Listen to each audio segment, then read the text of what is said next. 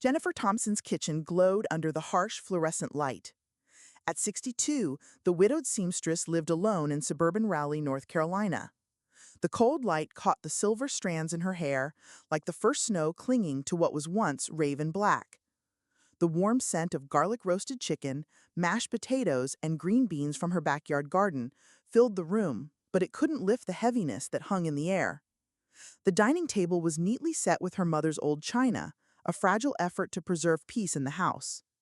Then came the blow. Emily, her 27-year-old daughter, flung the words like a knife. "Mom, stop! Just stay out of my life." It wasn't a slip of anger, it was a blade, sharp and deliberate, a stab into the heart of a mother who had sacrificed everything, her youth, her dreams, and even her voice for her only child. Jennifer stood frozen, her calloused hands, worn from years at the sewing machine funding Emily's dance classes, gripping the counter for support. Her vision blurred, not from the light, but from the weight pressing into her chest like a stone. Emily's flushed face, contorted with anger, clashed starkly with her mother's calm. Her blue eyes, once wide with wonder, as Jennifer pushed her on the old tire swing under the dogwood tree, now burned with defiance. "You always do this. You can't just butt into everything," she screamed, the fork in her hand clinking violently against the porcelain plate. "God, you're suffocating me. Why can't you let me live?" The room thickened. Condensation crept down the kitchen window. Silent tears Jennifer couldn't shed. She said nothing. She never did. She turned to the sink and slowly began washing the dishes. The running water mixed with her labored breath, a sad, wordless lullaby. Her silence wasn't weakness. It was armor. Jennifer's life was a tapestry woven from threads of quiet devotion. Born into an Irish working-class family and a rough Raleigh neighborhood, she grew up helping in her mother's laundromat and listening to her father's stories of lush green hills back in Ireland. At 22, she met David, a kind-eyed carpenter. They married in a modest church ceremony, and in the brick house they bought, laughter once echoed through thin walls. Emily came 2 years later, a baby with April sky eyes and golden hair. To Jennifer, she was more than a daughter. She was purpose. Those early years were full of humble joys. Christmas mornings with gifts wrapped in old newspaper, summer afternoons with David pushing Emily on the swing he made, and Jennifer's lullabies in the wooden crib. But the joy faded. When Emily was 10, David died in a construction accident. A scaffold collapsed. Her world shattered. Jennifer was left with a broken heart and a child trying to understand death. Laughter fell silent. She became both father and mother, sewing bridal gowns day and night to pay for food and shelter. That brick house became her stronghold. The walls held memories. Emily's bare feet in the yard, Jennifer playing the monster to her giggles, the dogwood tree where David carved their names. She even sold her mother's pearl necklace, the last heirloom, to pay for Emily's braces. She skipped meals to buy Emily a seafoam prom dress. And when Emily grew distant and cold, Jennifer stayed quiet. Love for her meant endurance, giving without asking back. But each hurtful word from Emily chipped away at her soul. Small cuts, slow and steady, wearing her down like water on stone. That Sunday dinner began with hope.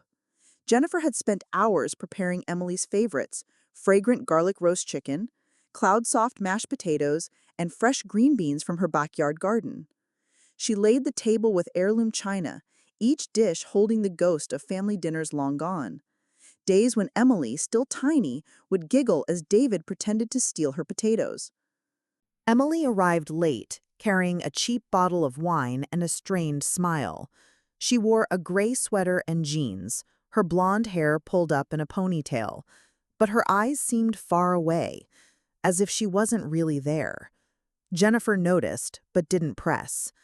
They sat down and made small talk. Emily's job, the crisp fall weather, the neighbor's new puppy. But the air was fragile, like a sheet of glass, ready to shatter. Jennifer, with a mother's instinct, felt her daughter's tension. She'd already heard from Linda, an old friend, that Emily's graphic design firm was laying off staff. Worried, she gently asked, "Sweetheart, I heard your company might be cutting some people. Are you okay?" Emily's face stiffened. "I'm handling it," she said, her voice tight as a stretched wire. Jennifer, still soft-spoken, tried again. "I just worry, honey. Maybe you could look for something more stable, just in case." That's when it all fell apart. Emily slammed her fork onto her plate. The clatter rang out like a warning shot. "Mom, stop!" she shouted, her voice shaking with anger. "You always do this, always sticking your nose where it doesn't belong. God, you're suffocating me. Why can't you just let me live my life?" Jennifer's face went pale, her lips tightening. Emily's words crashed over her like a storm, sweeping away all her quiet efforts to keep the peace. She wanted to explain that her worry came from love, not control, but the words caught in her throat. Silently, she stood, gathered her plate, and walked to the sink. The water ran again, masking the soft sounds of tears slipping down her cheeks. Still trembling with anger, Emily grabbed her coat and stormed out. The door slammed shut, echoing through the small home. Jennifer sank into a kitchen chair, staring at the untouched food. Her chest tightened with a pain too deep for words. She'd endured Emily's outbursts before, each one sharper, crueler, but this felt different. The silence that had once been her shield was starting to crack. She wondered, as she had many nights before, if she had failed as a mother. Had she loved too much or not enough? Beneath the dim kitchen light, Jennifer felt small, like a ghost in the very house she had poured her life into preserving. That night, under the silver slant of moonlight through the window, Jennifer sat alone, hands wrapped around a cold cup of tea. Her eyes drifted to the dogwood tree in the yard, where memories of David and Emily still lingered. She remembered a night long ago when 12-year-old Emily sobbed over school bullies. Jennifer held her, hummed lullabies, and promised everything would be all right. But now, it was Emily who hurt her, and no lullaby could soothe that kind of ache. She opened an old notebook where she once jotted down recipes and chores. For the first time, she wrote something different. What did I do wrong? I loved her with everything I had. Why does she feel smothered? The scribbled words, shaky and raw, were her first confession to herself. What Jennifer didn't know was that across town, Emily wasn't sleeping either. In her small apartment, she sat on the couch, staring at unfinished design drafts. She knew she had gone too far, but anger had clouded her judgment. Deep down, she missed those days on the tire swing, those nights when her mother stayed up at her bedside through fevers and tears. But she didn't know how to go back, how to say she was sorry. The distance between them, once unthinkable, now felt like a vast, unbridgeable river. And yet, in the silence of that long night, both Jennifer and Emily felt the same truth. Their love, fierce and enduring, was now being tested by wounds neither had dared to face. In the days following that fateful Sunday dinner, the air inside Jennifer Thompson's modest brick home in the suburbs of Raleigh, North Carolina, felt heavier than ever. The echo of the slamming door, Emily's parting shot, lingered like a mournful melody Jennifer couldn't silence. Her daughter's sharp words, "You're suffocating. Stay out of my life," weren't just an emotional outburst. They were knives, carving deep into a heart that had given everything. At 62, Jennifer stood in front of the bedroom mirror, staring into her tired eyes. The crow's feet etched at the corners weren't just signs of age. They were reminders of sleepless nights, silent endurance, and decades of sacrifice. For the first time, she asked herself with painful clarity, "What did I do wrong?"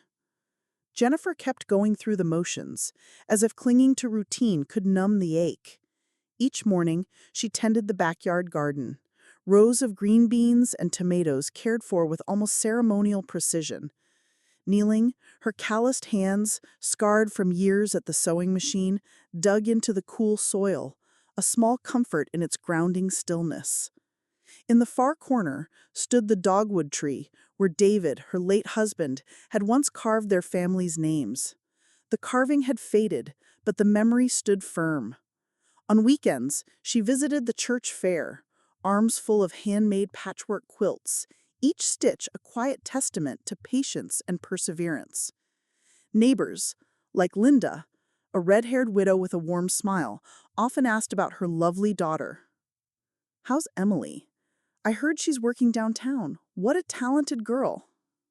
Jennifer smiled gently. "She's doing fine, Linda. Thanks for asking." But the smile never reached her eyes.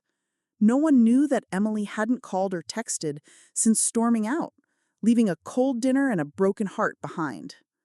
At night, alone in the house filled with echoes, Jennifer sat at the kitchen table under flickering fluorescent lights. She stared at the cracks in the wall, ones David had promised to fix but never got the chance to. She opened her old notebook, once a place for recipes and grocery lists, now a space for thoughts too heavy to speak aloud. Her handwriting trembled as she wrote, "I loved Emily with everything I had. Why does she see me as a burden? I gave up everything, my youth, my dreams, the days I could have lived for myself. Did I go too far in loving her?" These words weren't confessions to anyone else. They were to herself. She remembered something her mother, Margaret, once said. "Love is patient, Jennifer, but it doesn't mean erasing who you are." Jennifer was 20 then, young and dismissive. She'd smiled and nodded, thinking her mother dramatic. But now at 62, with aching joints and a weary heart, she finally understood. Across town, in a minimalist apartment in downtown Raleigh, Emily was also unraveling. The sleek, white-walled space she once took pride in, her symbol of independence as a graphic designer, now felt sterile, cold, like a mirror of the growing distance between her and her mother. Her computer screen glowed with unfinished designs, bold lines without inspiration. The layoffs weren't rumors anymore. They were real and looming. Sitting on her sofa, clutching a cold cup of coffee, she stared blankly. She knew she had gone too far that night. The words she had flung, suffocating, "stay out," weren't just emotional outbursts. They were years of pressure, erupting all at once. Her unstable job, her strained relationship with Jake, a struggling musician full of broken promises, and the suffocating weight of a life that felt off course. She had dumped it all on the one person who had always been there. Deep down, she missed being a child, when her mother was the whole world. She remembered summer afternoons under the dogwood tree, Jennifer pretending to be a monster, chasing her giggles. She remembered fevers and lullabies, her mother's rough but warm hands stroking her hair. But those memories had been buried beneath resentment, pride, and pressure. She wanted to apologize. She wanted to call, but every time she picked up the phone, her fingers froze. What would I even say? "I'm sorry I called you suffocating?" She feared it wouldn't be enough, that maybe she had hurt her mother too deeply to mend it. One night, with neon lights from the street bleeding through the curtains, Emily opened a drawer and pulled out an old photograph. It showed Jennifer pushing her on the tire swing, both of them laughing under a golden sunset.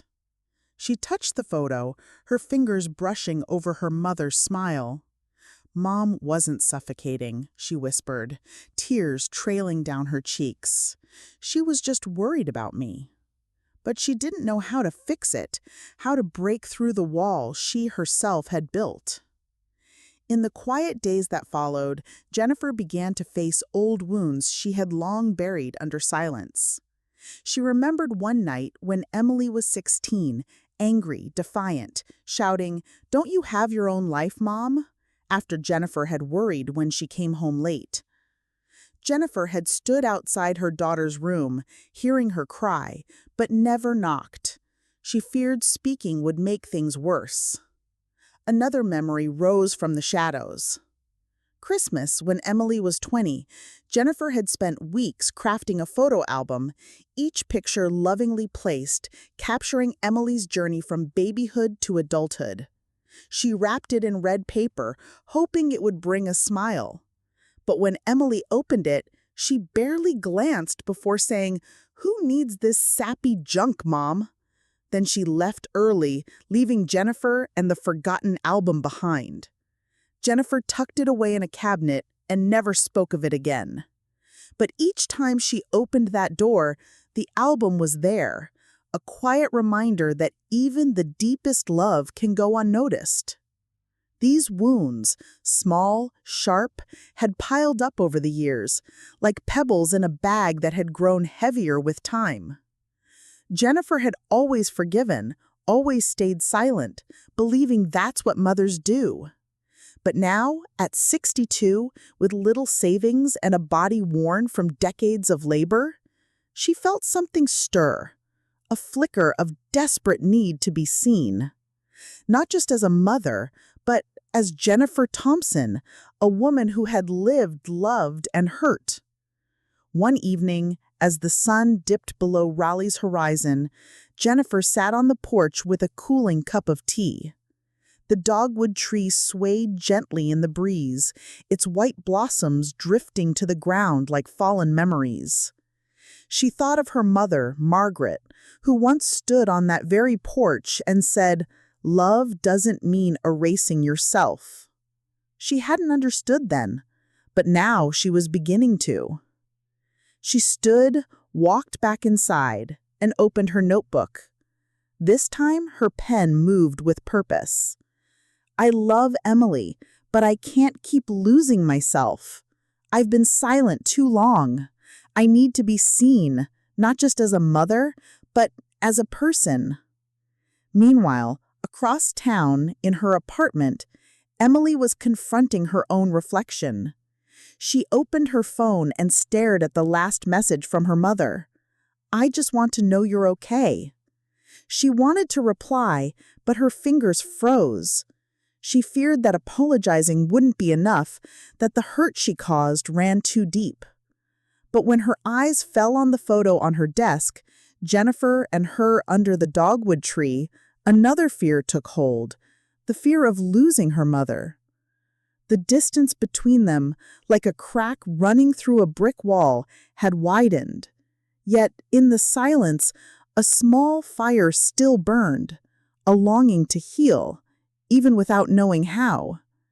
Jennifer, for the first time, realized she couldn't keep swallowing the pain. Emily, for the first time, realized she couldn't keep running. One afternoon, while Jennifer was tending the garden, Linda stopped by with a plate of cookies. "Jennifer, are you okay?" she asked, concern lining her voice. "You seem quieter lately." Jennifer smiled faintly, eyes distant. "I'm fine, Linda, just thinking a lot." Linda, with the wisdom of a weathered heart, reached for her hand. "You're a wonderful mother, Jennifer, but sometimes kids need time to see that." Her words brushed Jennifer's soul like a gentle breeze. She nodded, but inside she knew time alone wouldn't be enough. She needed to speak her truth. She looked at the dogwood tree, where memories of Emily and David still lived, and whispered to herself, "I won't let my love stay silent forever." Under Raleigh's dusky sky, both Jennifer and Emily felt the weight of what had been lost and what might still be saved. The road ahead was uncertain, and the crack between them deep, but it wasn't beyond repair. A week after that stormy Sunday dinner, Jennifer Thompson stood in her small kitchen, preparing another meal, one made with cautious hope. The house still held the echo of sharp words, "You're suffocating," a shadow that lingered in every corner. Now, under the same flickering kitchen light, her silver hair catching its glow, she moved gently. Her rough hands, worn from a lifetime of sewing, stirred a pot of tomato sauce. This time, the menu was simpler: spaghetti with marinara, fresh green salad, and crispy garlic bread. She didn't want to hope too much, But her mother's heart still longed for a chance to talk, to listen, to be heard. Emily had agreed to come for dinner. Her voice on the phone was curt, but laced with a trace of remorse, as if she too could feel the crack that had grown between them. Jennifer set the table with the old china, the same plates that once held family dinners filled with laughter from Emily and David, her late husband. Now, the kitchen was silent, broken only by the soft ticking of the gas stove and the pounding of Jennifer's heart. She glanced out the window where the dogwood tree stood still beneath the setting sun. The carved names on its bark, a family once whole, faint now, but still whispering what had been lost, and what she still clung to. Emily arrived late, her blonde hair tied back high, her blue eyes distant, burdened with a weight Jennifer could almost feel pressing against her own chest. She wore a gray sweater and jeans, holding a bottle of wine like a peace offering, her smile tight and unreadable. She saw it all, mother's instinct sharp as ever. They sat, trying to make small talk. The cool fall weather, Emily's design projects, the neighbor's new puppy. But the air was thin, the tension like a fraying thread ready to snap. Jennifer, cautious from old wounds, kept her tone gentle. She sensed the storm building inside her daughter.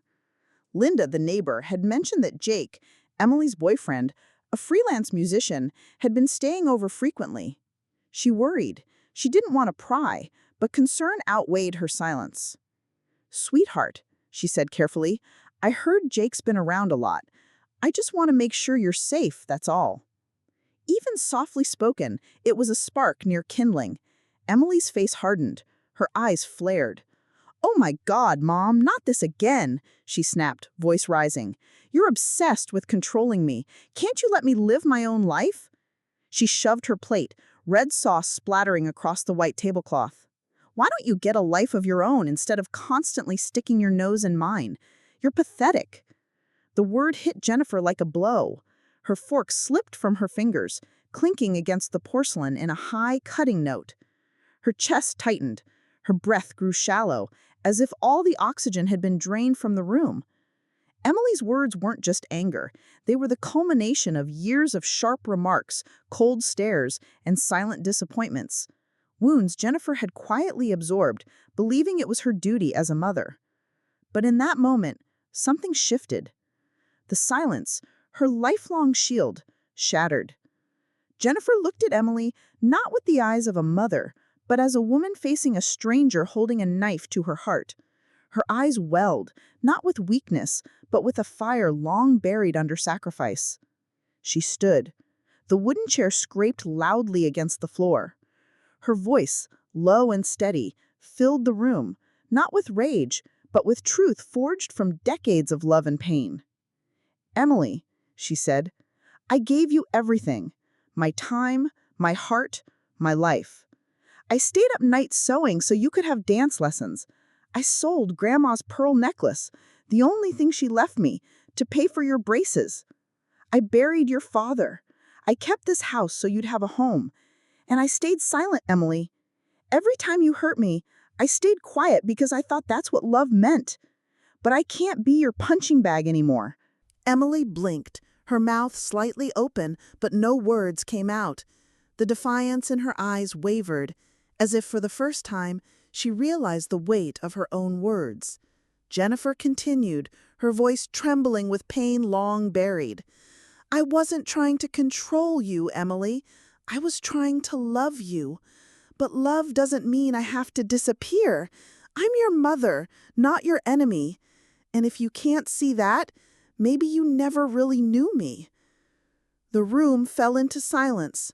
Only the steady tick of the wall clock filled the space, marking the slow rhythm of a broken heart. Jennifer stood there, hands clenched, eyes glistening but resolute. It felt as if a great weight had lifted, yet left her hollow and breathless. She had spoken her truth. Each word had drained her, not with anger but with years of silent endurance now given voice. She looked at Emily, waiting, not for forgiveness, but for recognition, a sign that her daughter understood what she had just witnessed. Emily stood frozen, her lips quivering. "Mom, I didn't mean," she began, her voice cracking between guilt and defense. But Jennifer raised a hand, not harshly, but with quiet firmness, as if drawing a boundary for the first time. "I'm not done," she said. Her voice was calm, but each word carried the steel of a woman who had been overlooked for too long. "I've loved you through everything, Emily. You are my daughter, and I will always be here. But you need to see me, really see me, not just as the mother who worries, but as a woman who gave up her own dreams so you could chase yours." She stared at her, eyes welling with tears. For the first time, she saw not just the mother who had always been there in the background, but a woman, tired, brave, wounded. The fire that had fueled her anger sputtered out, replaced by shame and a quiet, unbearable ache. She wanted to speak, to say she was sorry, to reach for her mother, but the words caught in her throat. So instead, she stood, grabbed her coat, and left. This time she closed the door softly, like she was afraid even the sound might crack what little remained. Jennifer sank into a chair, tears sliding silently down her cheeks. There was relief, yes. Finally, she had spoken. Finally, she had stood up for herself. But fear crept in too. Had she pushed Emily away for good? Was this the cost of finding her voice? Her eyes drifted to the table. The spaghetti sat untouched. The tomato sauce had cooled and congealed, silent evidence of a moment that had unraveled everything. As night fell, Jennifer sat alone in the living room, the warm light of an old lamp casting a soft glow on family photographs. One of Emily at 5 in a pink dress beside David under the dogwood tree, both smiling wide. Another from Emily's prom night, Jennifer beaming behind her in the seafoam green dress she had stayed up countless nights to afford. These memories, once a balm, now pierced her like 100 tiny knives. She thought back to those early days after David died. Emily, only 10, crying into her pillow at night, calling for her father. Jennifer would crawl into bed beside her, hum lullabies, and whisper promises. "I'm here. I'll always be here." But as Emily grew older, that closeness faded. The teenage years brought slam doors, sharp words, and distance. "You don't understand me," Emily had shouted once when Jennifer tried to warn her about reckless friends. "You just want to control me." Those words, repeated tonight with even sharper cruelty, now echoed louder than ever. Jennifer rose and stepped out onto the porch, the cool autumn air brushing against her cheeks. She looked at the dogwood tree, David's carving still faintly visible. David, Jennifer, Emily. The letters had aged, but they still held the weight of a family that once felt unbreakable. She remembered a night when Emily, 12, sat beneath that tree and asked, "Why did Daddy leave us?" Jennifer had wrapped her in her arms and explained the accident. But she never told Emily that she, too, asked that question to the silence every night, that she still did. Back inside, Jennifer opened her old notebook and wrote, "I finally spoke my truth.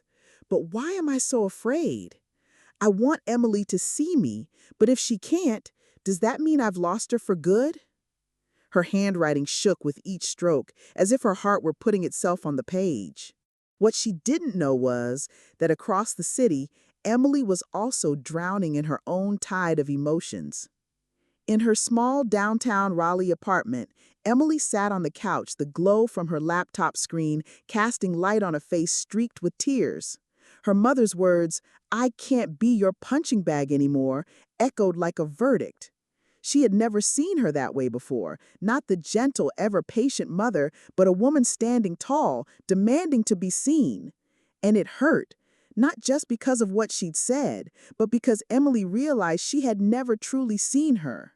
She picked up her phone and stared at the last message from her mother. "I just want to know you're okay."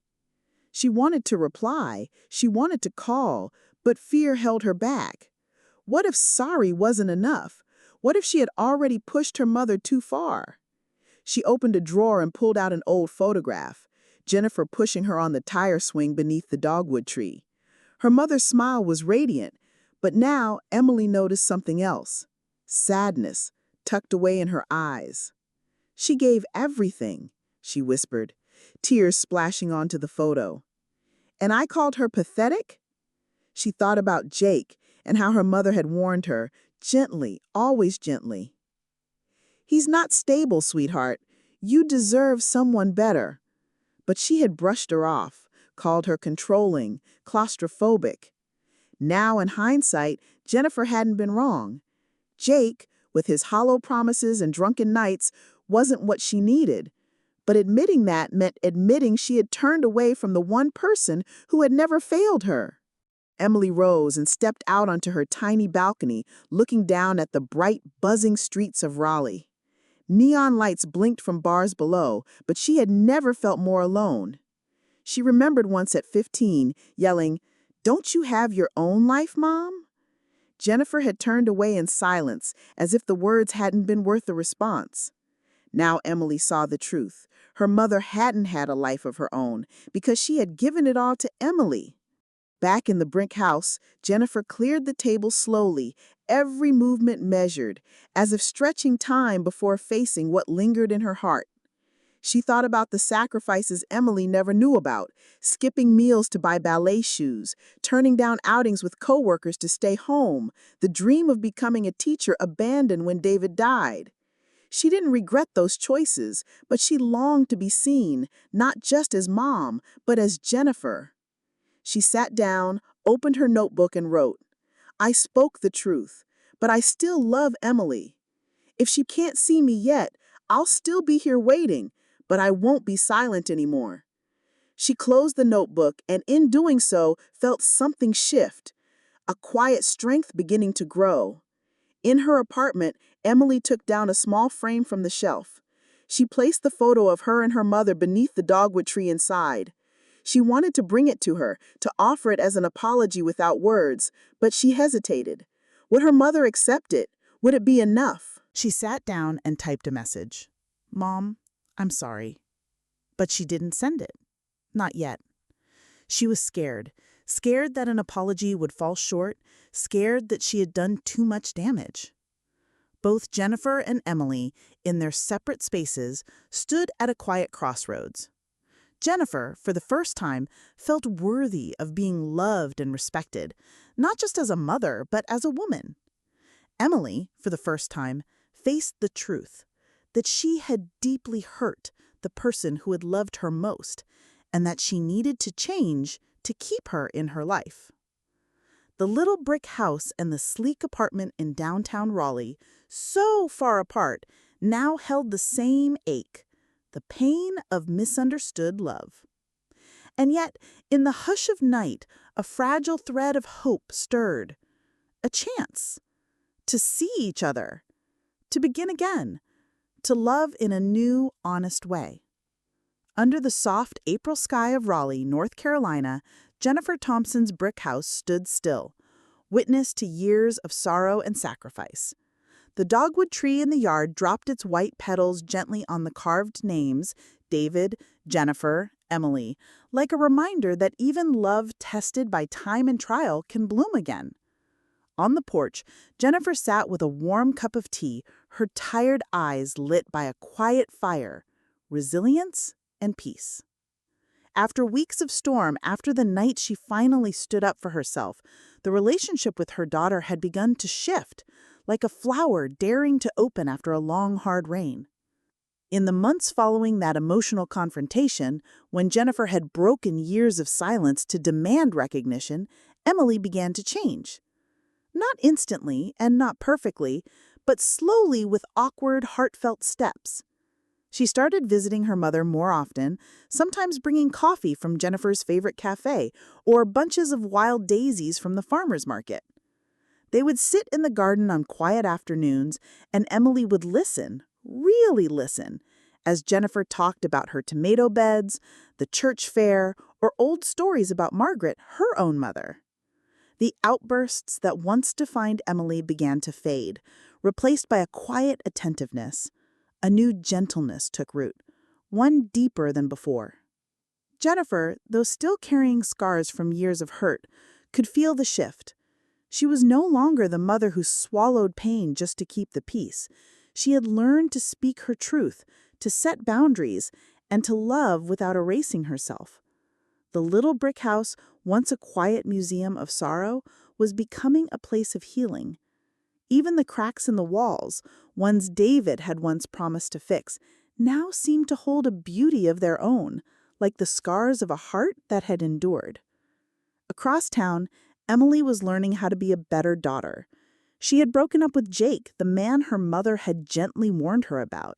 It hadn't been easy, not because of love, but because leaving him meant admitting her mother had been right.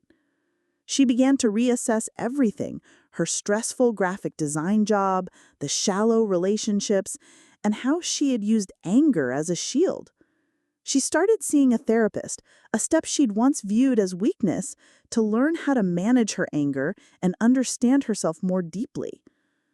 In those sessions, she realized her rebellion hadn't just been about stress. It was fear.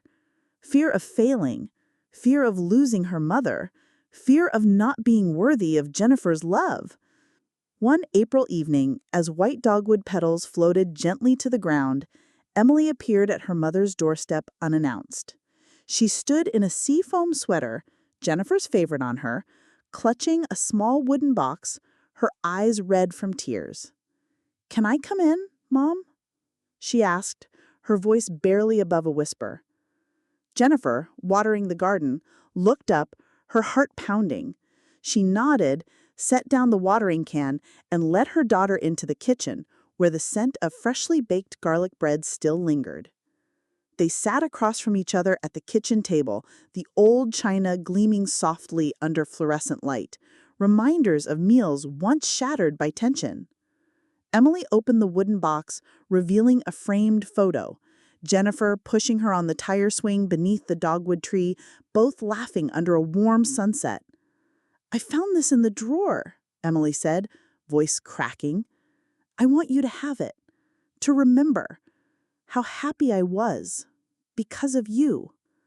Jennifer touched the frame, her finger gliding over her own smiling face. Tears slipped down her cheeks, but she smiled. A smile not just of a mother, but of a woman who had finally found peace. "I never forgot, sweetheart," she said, voice soft but steady. "But I also want you to remember that I wasn't just the one who pushed you on the swing. I'm a person too, with dreams, pain, and hopes." Emily nodded, tears spilling onto the table. "I'm sorry, Mom," she whispered. "I didn't see you. Not really. I was so caught up in everything, work, Jake, and my own mess, that I took it out on you. You're not pathetic. You're the strongest person I know, and I don't deserve you." Jennifer reached for her daughter's hand, her touch warm and forgiving. "Emily," she said, "I never wanted you to feel like you owed me anything. I just wanted you to see me as a person. I love you, but I can't keep hurting to prove it." She paused, eyes locked with her daughter's. "And you do deserve love. You always have." Emily bowed her head, tears soaking into Jennifer's hand. "I promise I'll try, Mom. I don't want to lose you. I left Jake. He wasn't good for me. You were right." She looked up, shame and resolve dancing in her eyes. "I want to start over. I want to be better." Jennifer smiled, not triumphantly, but with deep relief. "I just want you to be happy. That's all I ever wanted." They sat in silence, the weight of years finally lifting, like the soft fall of dogwood petals. Emily stayed late, helping her mother wash dishes, laughing over old stories about cookie baking disasters and how David used to chase her around the yard pretending to be a monster. In the months that followed, Jennifer and Emily's relationship continued to blossom, like the dogwood tree in the yard. Emily visited often, not just bringing coffee or flowers, but bringing questions that mattered about her mother's garden, her youth, the dreams she had once set aside. She began sharing her own life, its successes, but also its failures and fears. And for the first time, Jennifer didn't feel like just a mother. She felt like a friend, someone her daughter respected. One evening, sitting on the porch, Emily handed her a sketch she had drawn, a portrait of her mother, silver-haired, gently smiling, eyes glowing with resilience. "This is how I see you now," Emily said, her voice warm. "Strong, beautiful, my mother." Jennifer clutched the sketch, her eyes misting. She pulled her daughter into a hug, feeling not just love, but peace. A peace she had never imagined she'd find. They sat there under Raleigh's starry sky, the dogwood tree standing watch, its petals drifting down like blessings. Jennifer knew now, love wasn't erasing yourself. Love was standing tall, speaking truth, and trusting that real love would find its way back. The little brick house no longer held just memories. It held two hearts rediscovered. The cracks in the walls, like Jennifer's own scars, no longer spoke of pain, but of strength. Emily, with her newfound maturity, became part of that house again, not just the daughter who returned, but a woman learning how to love and cherish in return. Jennifer kept gardening, sewing, and writing in her notebook, but now the words she penned were no longer confessions of pain. They were full of clarity, of healing. "I found myself, and I found Emily. Our love isn't perfect, but it's real, and that's enough." One day, as they planted a new bed of flowers beneath the dogwood tree, Emily looked at her mother and said, "Thank you for not giving up on me." Jennifer smiled, placing a hand gently on her daughter's shoulder. "I never did, sweetheart, and I never will."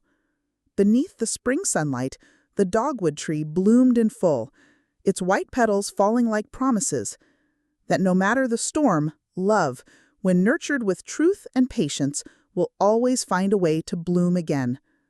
Have you ever found peace after a storm in your own relationships? Share your story below, and if Jennifer and Emily's journey touched you, simply say, "I see you."